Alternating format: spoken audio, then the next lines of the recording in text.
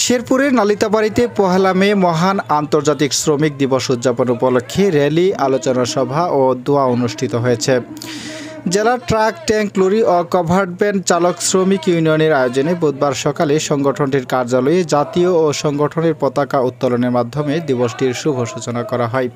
পরে শ্রমিক নেতৃবৃন্দ ও বিভিন্ন শ্রমিক সংগঠনের শ্রমিকদের অংশগ্রহণে এক বর্ণাঢ্য র্যালি শহরের প্রধান সড়ক প্রদক্ষিণ শেষে সংগঠনটির কার্যালয়ে দোয়া ও আলোচনা সভা অনুষ্ঠিত হয়। আলোচনা সভায় প্রধান অতিথি হিসেবে শেরপুর ২ নকলা নালিতাবাড়ী আসনের সংসদ সদস্য ও জাতীয় সংসদের উপনেতা অগ্নিকন্যা বেগম মতিয়া চৌধুরী মোবাইল ফোনে শ্রমিকদের শুভেচ্ছা জানান। উক্ত সভায় শ্রমিক ইউনিয়নের সভাপতি আব্দুল মান্নানের সভাপতিত্বে বক্তব্য রাখেন নালিতাবাড়ী উপজেলা নির্বাহী কর্মকর্তা ইলিশা রিসিল, নালিতাবাড়ী উপজেলা আওয়ামী লীগের সভাপতি AHM মোস্তফা কামাল ও উপজেলা আওয়ামী লীগের সাধারণ সম্পাদক ওয়াজ কুরুনি।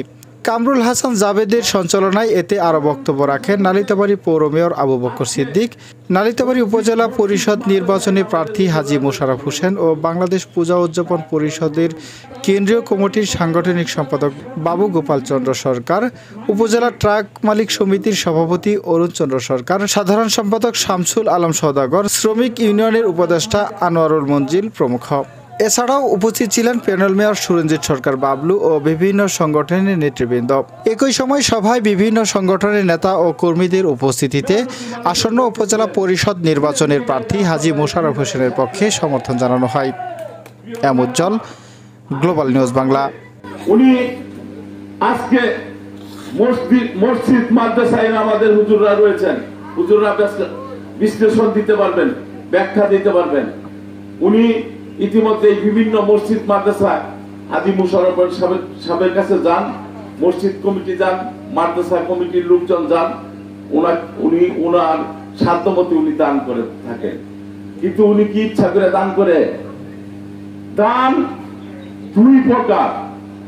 একটা হচ্ছে প্রকাশ্যে যদি দান করি সেটা মানুষকে উৎসাহ করা হবে, উৎসাহ করলে ২০০০ দিছে আমি ১০০০ দিই, এই মসজিদ মাদ্রাসাটা হোক।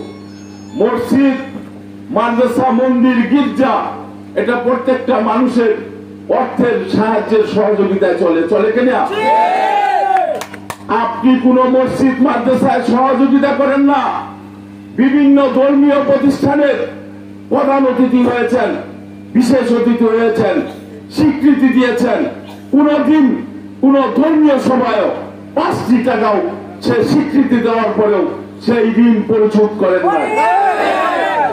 শুধু আমরা শ্রমিকেরাই না, আমাদের শ্রমিকের যে আত্মীয় স্বজন আছেন সহ আমরা আগামীতে মোশাররফ হাজীর জন্য আমি ব্যক্তিগতভাবে সে যত একটা প্রার্থী তার মার্কা পেয়েছে ঘোড়া, আগামীতে আমরা শ্রমিকের বান্ধব যারা আছি তারা আমরা সমর্থন করলাম। আজকে সবাই হাত তুলে দেখান যে হ্যাঁ আমরা আজকে সমর্থন করলাম এই জায়গায়। আজকের থেকে শ্রমিক মালিক আমরা ঐক্য হয়ে মোশাররফ হাজী সাহেবের নির্বাচন করবো।